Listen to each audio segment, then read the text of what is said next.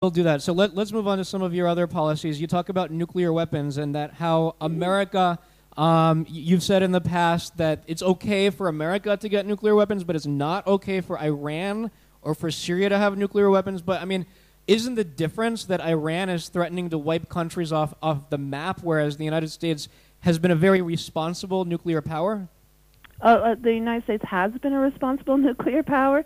The United States is the only country that has used nuclear weapons.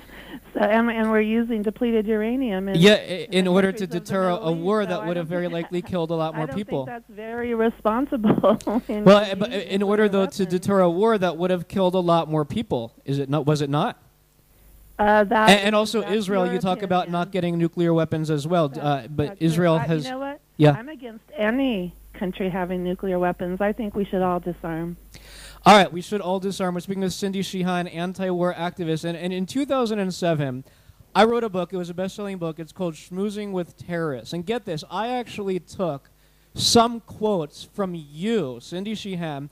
I read them to terrorist leaders. For example, I quoted you saying that President Bush was the biggest terrorist in the world and was worse than Osama bin Laden, and your characterization of Iraqi insurgents as freedom fighters, and that your son was killed for lies and for a neocon agenda to benefit Israel. And one response, for example, from one of the terrorist leaders, Al-Aqsa Martyrs Brigade Chief Ramadan Addasi, he said that you, Cindy, give us hope, and you show us that there are different Americans than those we know now.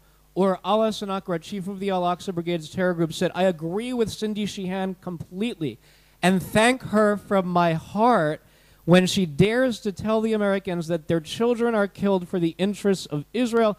The American security has nothing to do with the atrocities in Iraq or Afghanistan.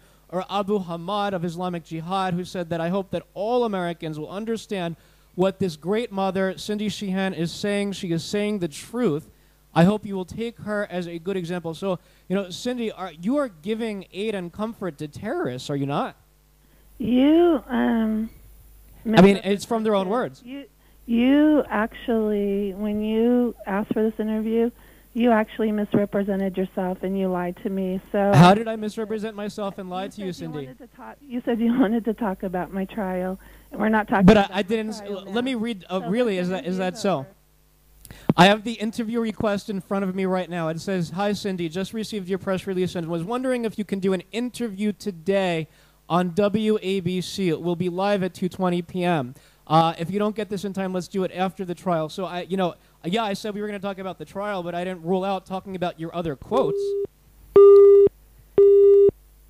Okay, Cindy Sheehan hanging up on me live right here on 77 WABC. 1-800-848-WABC is the number. 1-800-848-9222. Up next, legendary comedian Jackie Mason.